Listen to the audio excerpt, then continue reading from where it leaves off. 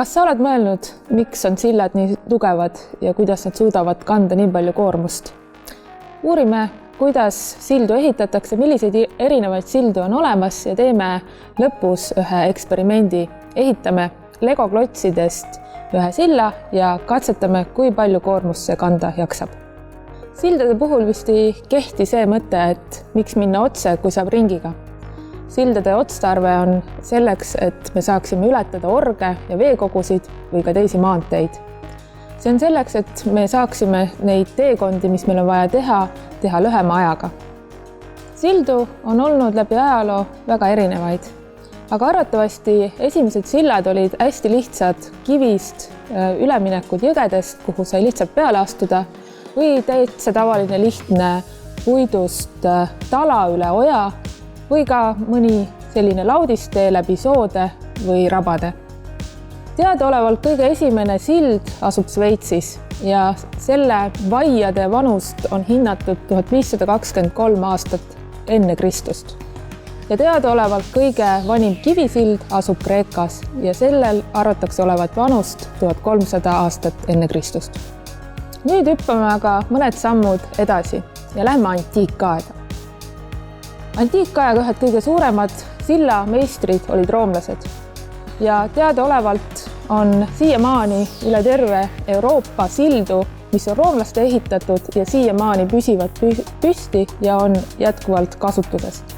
Roomlaste saladus oli tsement ja tsementi nad kasutasid mitte ainult sildades, vaid ka oma majade ehitamisel. Esimesed raudsillad tekkisid alles 18. sajandi lõpul ja kõige esimene ehitati Inglismaal. Ja kui 19. sajandil oli tööstusrevolutsioon, hakati juba kasutama ka laialdasemalt raud- ja terassildu. Sildade ehitamine on inseneridele väga suur väljakutse. Kas valede arvutuste või ehitusmaterjalide või oskuste tõttu on nii mõnigi sild ajaloos kokku kukkunud? Võib-olla kõige rohkem on minul meeles paar aastat tagasi Itaalias kokku kukkunud sild, mille keskmine osa vajus majadele peale. Nüüd aga räägime, milliseid erinevaid sildu on olemas. Kõige lihtsam sild on talasild, millel on üks lihtne tala ja mõned tugipostid.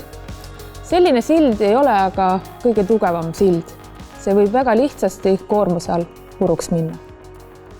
Lihtsa talasilla saab teha tugevamaks sõrestikuga ja selleks siis kasutatakse kas puitu või metalli. Selliste sõrestiksildade puhul mängib rolli üks kujund. Kui sa sõrestiksilda vaatad, siis sa võid sealt märgata, et see on kolmnurk. Kolmnurk on väga tugev struktuur. Kui sa rakendad jõudu kolmnurga ühele sirgele, siis see paindub. Aga kui sa rakendad jõudu kolmnurga tipule, siis see jõud ühtlustub seal kolmnurga telgedel võrdväärselt. Sõrestiksillad on üldjuhul väga tugevad ja nende ehitamine on ka seetõttu hästi kulukas, kuna sinna läheb palju materjali ja ühtlasi on need ka suhteliselt keerukad. On olemas veel üks sild, mis suudab tegelikult kanda veel rohkem kui sõrestiksild. Selleks on rippsild. Näiteks üks kõige suuremaid rippsildu asub Jaapanis ja see on pea 4 kilomeetrit pikk. Nüüd vaatame lähemalt, kuidas mõjuvad jõud rippsillale. Jõud kantakse koormuse ajal nii sillatekilt mööda trossi pidi suurte trossideni ja sealt omakorda taladeni ja ankrutele. Niimoodi tegelikult tasakaalustatakse jõud ja see sillaga ei saa midagi halba juhtuda. See joonis ei ole tehniline joonis, vaid näitab lihtsalt, kuidas need jõud liiguvad mööda trosse. Päriselt insenerid arvutavad väga hoolega välja, kuidas mõjub sildadele nii tõmbejõud kui ka survejõud. Nüüd vaatame lähemalt, kuidas levib tõmbejõud ja survejõud talasillas ja sõrestiksillas. Nagu te võite näha, miks on näiteks sõrestiksilla ehitamine niivõrd keeruline, kuna seal on vaja nuputada inseneridel päris palju, et kõik need jõud oleksid tasakaalus. Aga nüüd võtame ette eksperimendi ja nende näidete puhul proovime ehitada ise legodest ühe silla. Ja selleks ma kutsun siia endale abilise, kellega koostöös me seda tegema hakkame. Tere! Enne, kui me asume ehitama, siis me võiksime visualiseerida selle silla siia paberi peale, et siis me juba teame täpselt, millist silda me soovime ehitada.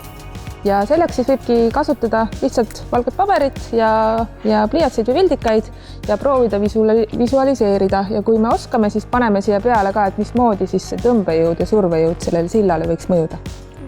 Aga ole hea, Karoliin.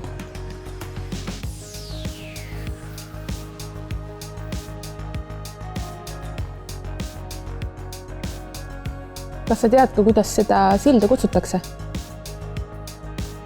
See on kaarsild. Just täpselt, see on kaarsild. Aga võtame äkki teise värvi ja proovime ära märkida siia ka need jõud. Et kui siia koormus rakendub, et mismoodi siis see jõud siin liigub.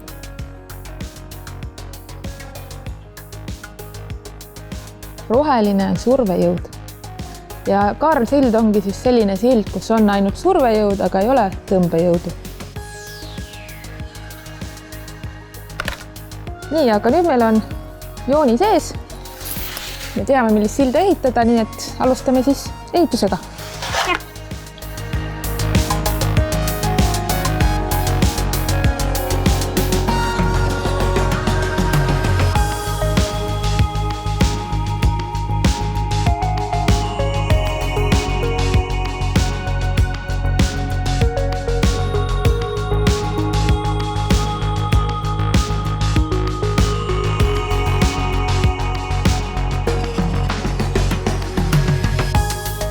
Me saime Karoliiniga nüüd silla valmis, see, mida me planeerisime, kaarsilla, ja me oleme välja valinud mõned esemed ja nad ära kaalunud ja alustame siis kõige kergemast ja proovime siis, kui palju koormust meie sild jaksab kanda. Nii, ole hea, Karoliin, hakka sina proovima, et esimene on siis tavaline telefon. No, see kaalub 165 grammi, nii et see on suhteliselt kerge, et tundub, et seda jaksab sild kanda. Aga ma võtan äkki panen nad siit teiselt poolt siis ära, et siis sa võtta järgmise. Nii, nüüd meil on, mis meil järgmine on? Järgmine on meil vist robotpalve. See kaalub 180 grammi. Ja tundub, et seda ta kannatab ka. 286 grammi. Me oleme ikka väga tugeva silla ehitanud. Tundub, et seda ka ilusti kannatab. Nii, väike tööriistakast. 340 grammi. Kannatab ka. Nii, siis siin on üks purk täis sädelust.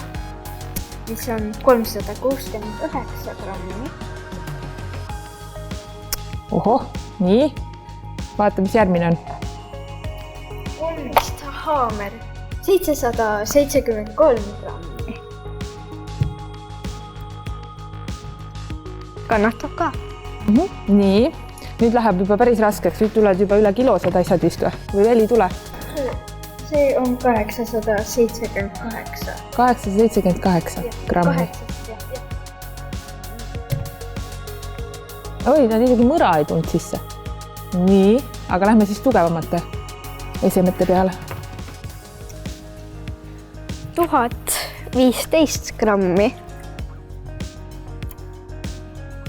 Midagi prõksus. Midagi prõksus või? Jaa, ühe korra, kui see peale pani, siis peale prõksus. No igatahes mõra pole näha, nii et lähme julgelt edasi. 1133 grammi. Teit?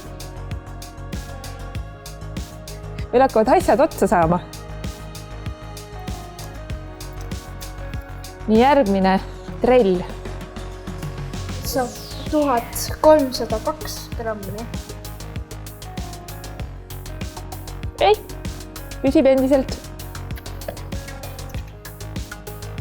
Järgmine kõikidel kodustel majapidamistel olemas trikraud. Nii palju see kaalub? 1330.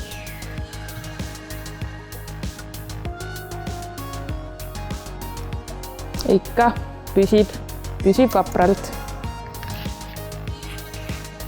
Nii, raamat kaalub meil 1485 grammi.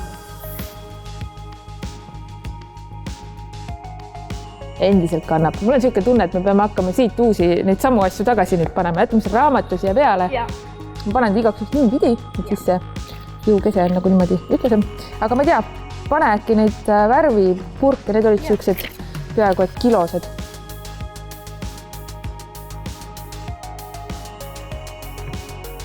No paned ikka niipidi, no pane niipidi.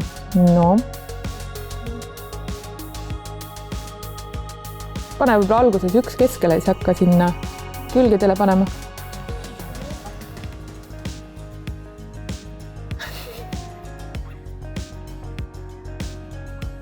No päris tugeva silla oleme ehitanud ikkagi. Meil ei mahu asjugi siia peale, nii palju kannatab. Siin on juba peaaegu ju 4 kilo kindlasti. Seal peal ta vist ei püsi, aga vaata, võib-olla sul õnnestub see akutrell sinna veel panna. Lükka seda pudelit, keskmispudelit edasi ja siis. Ei, see sild anna meil järgi siin ühtki. Aga ma ei tea, proovime siis tule kustutit äkki. Jaa. Aga tuled mul appi. Nii, paneme ta siia hästi aeglaselt. Nii.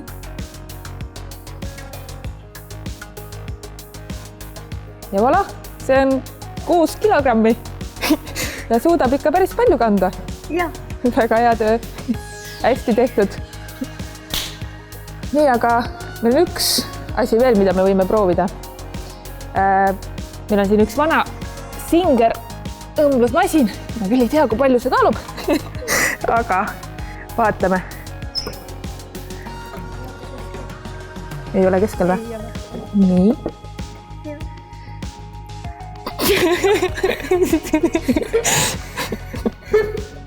Uskumatu, kui hea kandevõimega.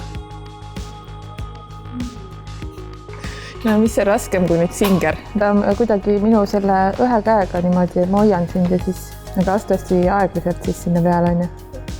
Nii.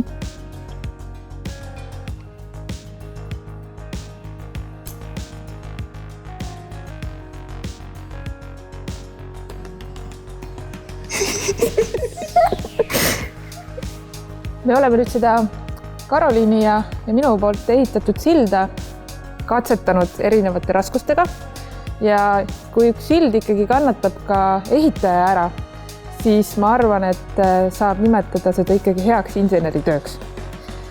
Aga kuidas sulle endale meeldis? Mulle väga meeldis ja see oli väga lõbus. Selle kaarsilla tegigi tugevaks tegelikult siis see, et kogu see surve läks mööda neid kahte konstruktsiooni või kaareala alla ja sellepärast ma arvan, ta lihtsalt nii tugevaks osutukski ja kindlasti ka see, et me neid klotse panime nagu erinevat pidi siia, et me ei ehitanud ainult neid ühte pidi ja sellepärast tuli see talade struktuur ka hästi tugev. Nii et selle tegevuse puhul siis on jällegi väga hea, et te saate seda teha kodus, üksinda, iseseisvalt või ka tiimitööna koolis, et kõikidel on kodus Lego klotse ja saate siis ise testida samamoodi erinevate esemetega, kuidas siis selline tugev sild ehitada.